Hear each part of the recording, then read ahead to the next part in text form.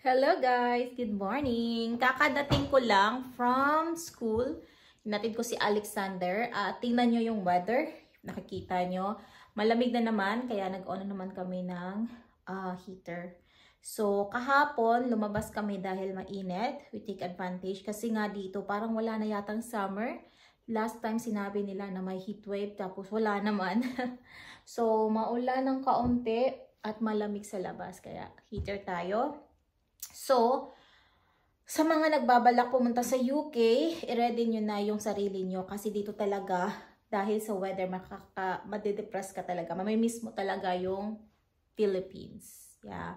So, ako, namimiss ko ang Philippines, kaso nga lang, hindi ako makaka-uwi or hindi ako makakapag-stay sa UK dahil kay Alexander. Kasi si Alexander, yung papa niya, ayaw niya talagang mag-stay siya sa Philippines.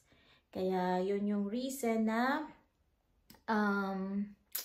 hindi ako makaka-stay sa Pinas. Kasi kung ako lang, Philippines talaga ako, guys. Kasi may ano naman ako doon, may negosyo, ganon. So, okay lang sa akin. Yung buhay ko is komportable. Dito sa UK, komportable din, maganda. It's just that, dito kasi parang, ano ba? Dahil sa weather. Yun lang talaga yung problema ko, weather. But people, they are nice. If you want to work, ang madali lang. And malaki yung sahod, ganun. But weather ang problema. So anyway, i-open ko to. Kasi kahapon ko to, the other, 1 week na pala. 1 week ko na tong binili. Hindi ko pa na-open. Yan, tingnan nyo. Pwede sana siya pang gift, no? Pero kailangan ko kasi ng pajama. Or maybe I don't need. Actually, I am confused now. Do I need pajama or no need?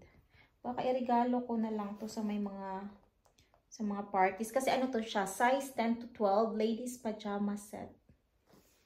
Yan, no? Baka hindi ko na lang to gamitin. Kasi meron naman akong pantulog pa. Yeah, I think I don't need this. Sayang din kasi i-open ko. Kasi sa totoo lang, guys, gusto kong maging minimalist. Yan, bigay ko na lang to pag may mga party-party or something. Mura ko lang to nabili. Yan. At least, parang meron din siyang and pillow spray. May pillow spray din siya. Okay. Yan, bigay ko na lang to mamaya. I mean, keep ko na lang for gift. So, anyway, yun na nga. Yun na nga. Yung weather talaga. Naglaba ako kahapon, tapos lumamig at the end. So, nandito siya nakahang. So, messy kasi pag may mga laundry sa loob, no? Yeah, so yan lang guys. Yan lang ang aking update. And tomorrow lalabas ako. Bibili ako ng mga bleach and pots. Kasi tingnan nyo yung aking mga plants. Pakita ko sa inyo. Yan yung ating mga plants.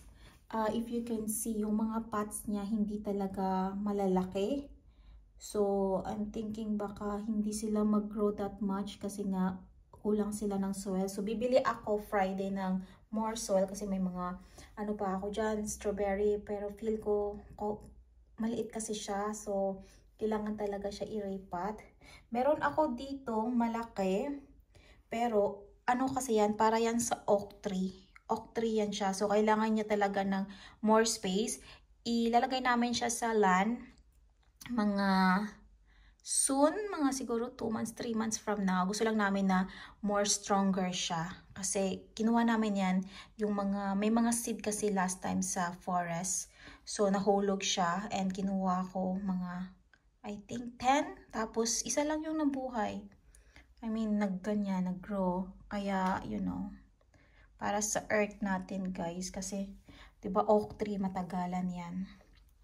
And, bibili pa ako ng more plants later on. Ito yung ating garden. Maliit kasi siya. So, hindi ko pa tinatouch. I need to think properly kung ano yung gagawin ko. Kasi, diba?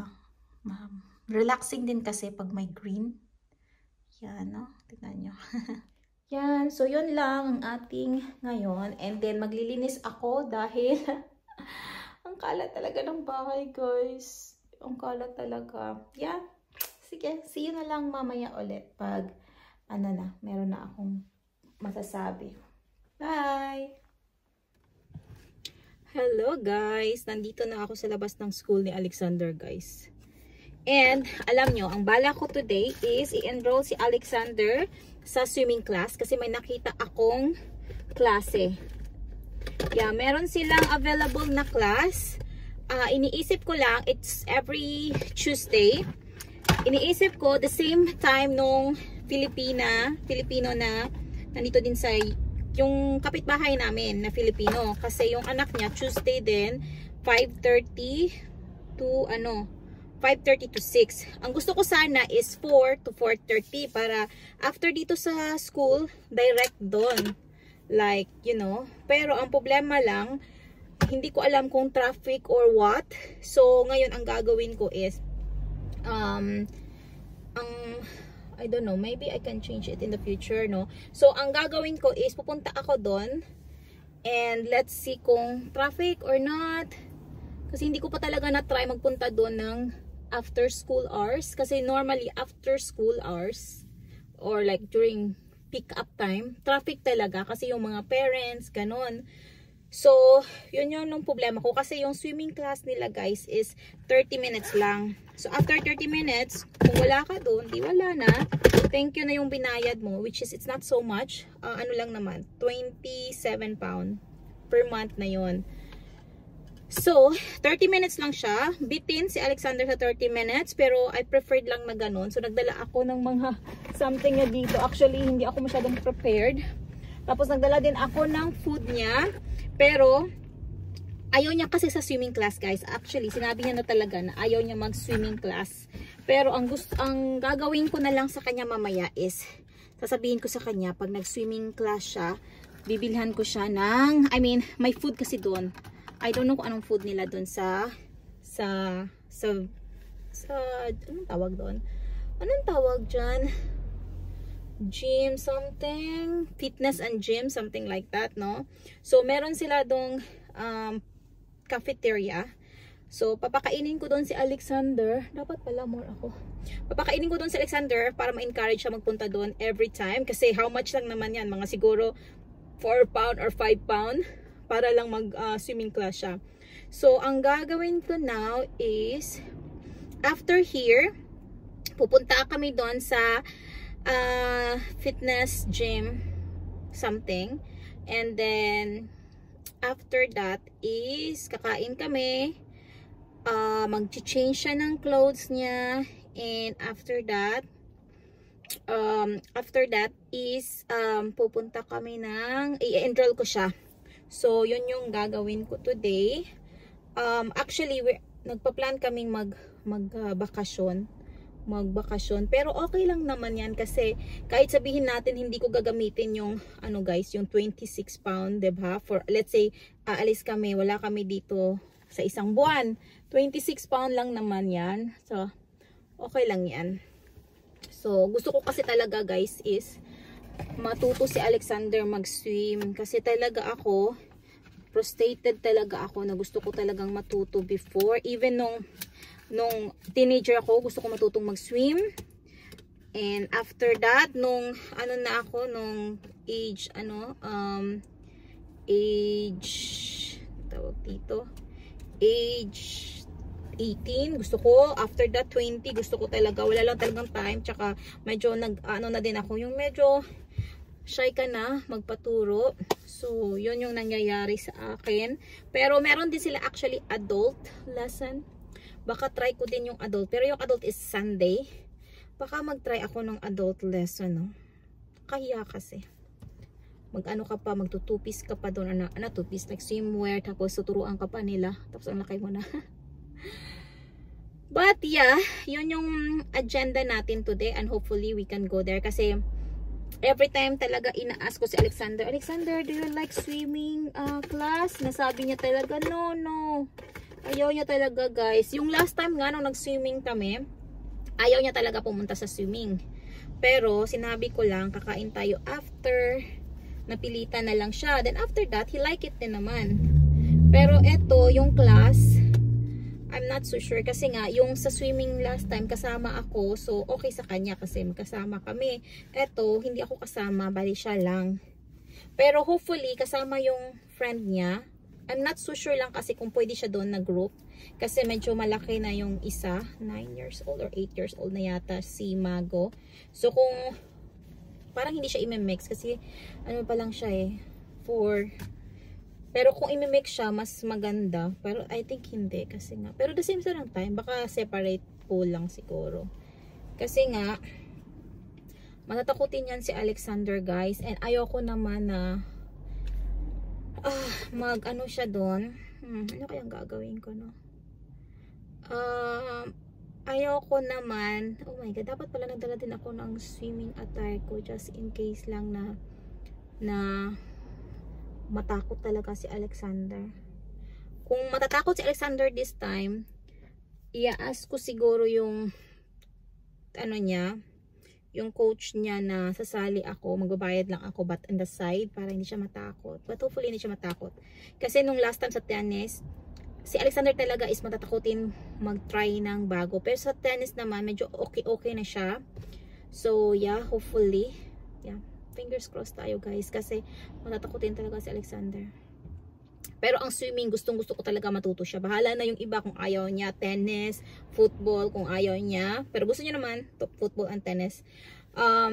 Nag-ano lang ako ng session ngayon na medyo okay. Like football, meron sila Saturday which is 8:30 to 9:30. I-enroll ko siya ulit doon. 80 pound per 2 months. So, it's like 40 pound per month. Medyo mahal siya pero it's good din naman. Ang problema lang is I need to wake up early, which is okay lang. I need to sacrifice kasi para yan sa future. Para sa future ni Alexander. And then, yun lang siguro. Football tsaka swimming yung importante sa akin. Piano lesson, wala akong makita. Gusto ko sana siyang itry mag-piano din. Basta ang dami ko kasing gustong gawin guys. Gusto kong ipatry kay Alexander para he can choose kung ano yung gusto niya talaga.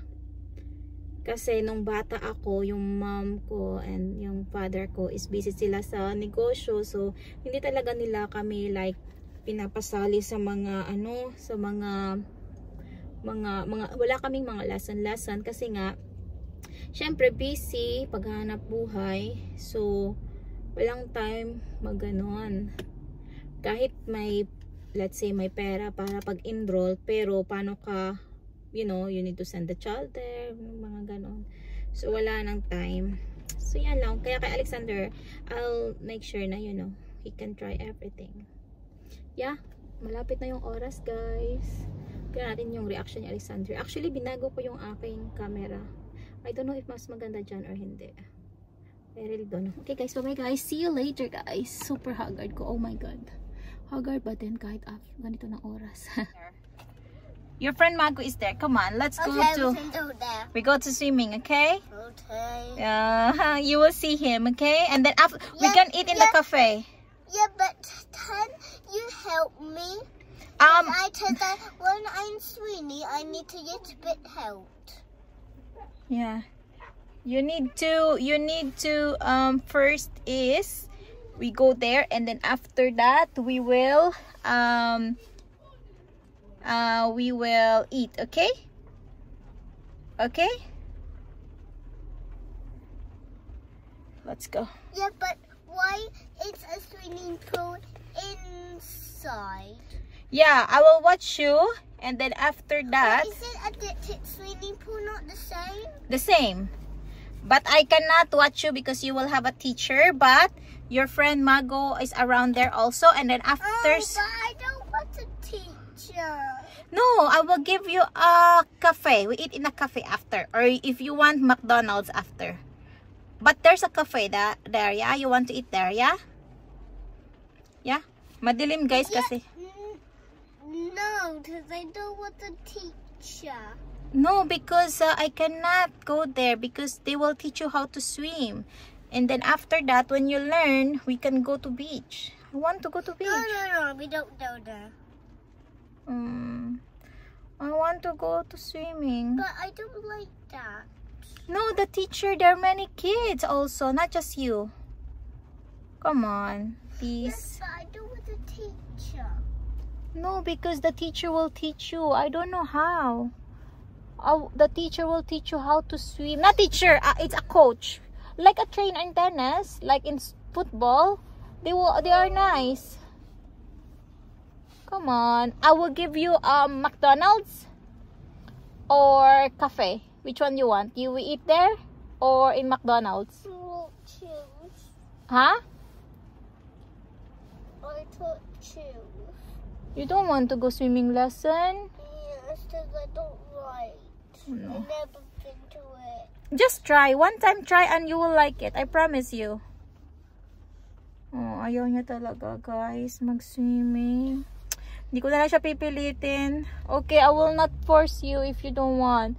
But, I will go swimming soon. And we cannot go to beach because you don't know how to swim. Okay? No, I don't. I don't go to beach. When I won't go to the beach water. Yeah, but you don't know how to swim. That's why I want to hire somebody to teach you how you can swim. Because mommy don't know how to swim. Huh? Well, Daddy knows. Daddy knows, but how about you? You and me, Daddy will save. Okay, if there's a problem in the sea, Daddy will choose whom. I don't know how to swim and you don't know how to swim. It should be, you know how to swim, Daddy know how to swim, and I cannot swim. So, what do you plan now? We go? I bring your swimming? No. No? I don't know, guys. Comment nga kayo. Pipilitin ko ba or hindi? Baka hindi ko na lang pilitin, no? Gusto niya kasi magpunta. This is so loud. Okay, just go to eat this food. I have food for you. And then be careful. Don't drop it. And you need fork. I have a fork also. Okay? But this way. Spaghetti? Because it's delicious. Nagdala pa naman ako. You should put a cup one, then put in the other one. Oh, I brought for you so much food because I thought you will go swimming today. Too bad. I don't care. I can eat all this food. Okay, you want to open and check what is there? Okay, I will not move yet. Mommy, I can smell something in here. Good smell, Is yeah? it sachets? Just make sure, let me get it. Baka, maybe you drop it. Ito yung dala ko sa kanya. Yan. Very good smell. You have a juice. You have I can see a juice. Yeah. I can see the toad today. Apples. Yakult. Can I have this one? Yeah, you can have that. Ito yung dala ko sa kanya, guys. Ay. Yan, meron siyang may ice but Yakult juice. Can I put it in the bin? Give me. Yeah. Okay, I'll drive now. I put it back, okay? I will drive and then just don't make sure you don't drop it, all right? Okay. Put it there. Okay, so we go home. No swimming. No McDonald's because after swimming is McDonald's. McDonald's, you don't want? How about cafe? Restaurant. After swimming is restaurant. I will buy for you your favorite. Or pizza. After swimming. Yeah? We go swimming now? No. No? I don't know. Come on. No? Oh God. Natatakot ako mag... That's why you have to try. I'll take you to swimming now. No. Actually, natatakot ako. Baka kasi magbayad ako tapos hindi si Alexander pupunta. So, anyway, young pa naman siya. 4 years old pa naman siya. So, I will just siguro take him na lang. Like, magsiswimming-swimming na lang kami. Para ma-encourage lang siya. Kasi okay siya mag-swimming pool na. Before, ayaw niya talaga sa swimming pool. Okay na siya kayo mag-swimming pool. But, kasama ako. So, sige. I-ask ko na lang siya all the time. Kung kailan siya ready to have a teacher. Okay? You tell me soon if you want to have a swimming lesson, alright? Because swimming lesson is so much fun. They have so many things. They will teach you so many tricks. Okay? And you can learn how to swim very, very fast. Yeah? But under the water? Yeah, under the water, and then you're like a fish, super fast you swim. And then we go to, when you know how to swim, you go to the other side. That is for the best swimmer. You know the place we've been, it's a small, yeah? The other side is very big. It's for you when you learn how to swim. Do you want to? I still have time to go there. And you will see Mago there. He's there practicing because he knows how to swim, but he is trying to learn more tricks because they will teach you so many tricks. Yeah? No? Yeah. You go there? You go there? No? No. Why? Because only if I've been there before, I do what to do there. But you've been there before. We swim together, the same place. No, in that swimming lesson place. Yeah, that's why you have to go there today so you can come back again. Okay? Yeah? We go there to watch. You want to go there and watch? No? Okay. Okay. Bye-bye, guys. Ay, hindi ko na siya pipilitin, guys. Uwi na lang kami. Sayang. I'm so sad. Kasi gusto ko talaga siya mag-swimming. Okay, guys. Bye-bye, guys. Uwi na ako. Uwi na kami. So, Alexander will come here tomorrow again para sa swimming lesson. I'm so excited.